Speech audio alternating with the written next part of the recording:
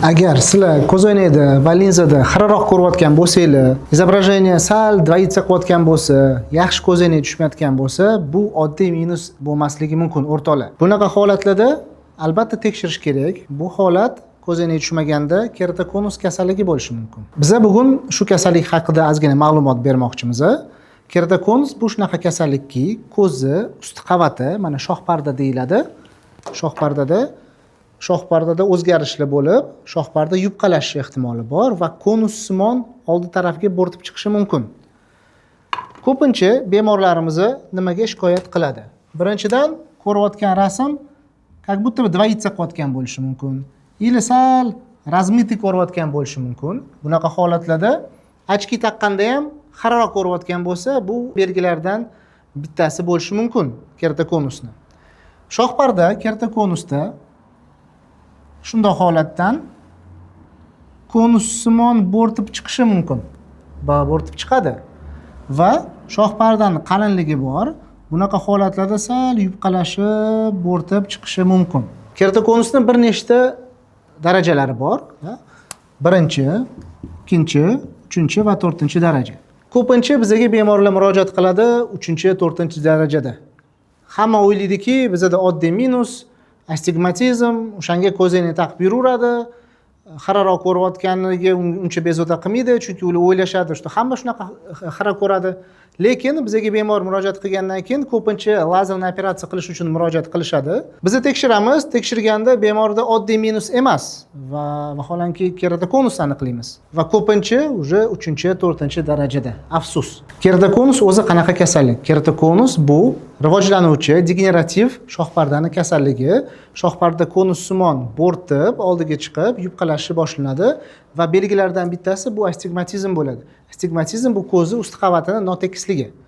Shuni hisobiga boshida bemorlar optikaga murojaat qilishi mumkin yoki poliklinikaga murojaat qilishi mumkin. Tekshirganda sizda oddiy astigmatizm ekan, ochki taqing, ochkida yuring deyishi mumkin. Lekin asosiy narsa biza podozrение qilishimiz mumkin, shubha qilishimiz mumkin imенно keratokonusga.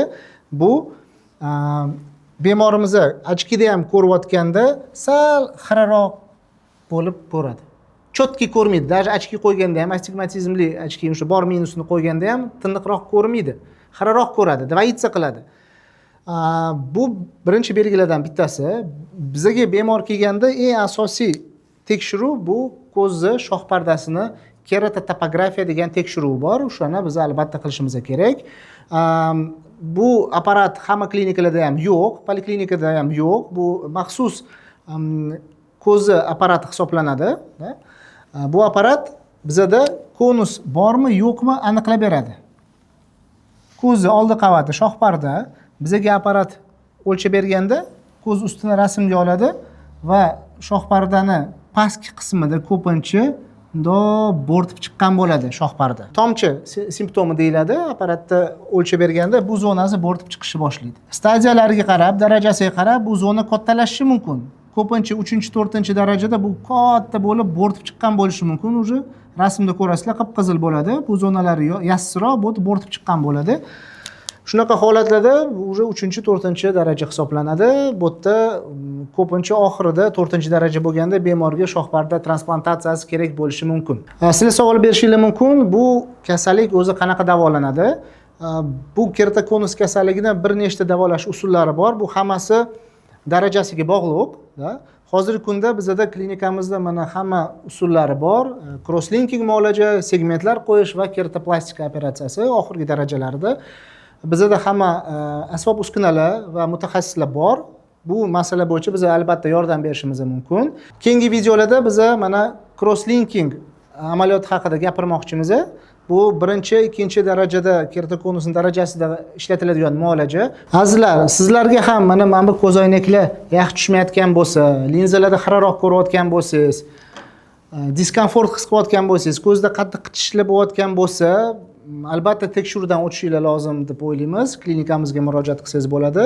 Keratotopografiya tekshiruvini qilib, zreniyalaringizni tekshirib, biz aniqlab berishimiz mumkin.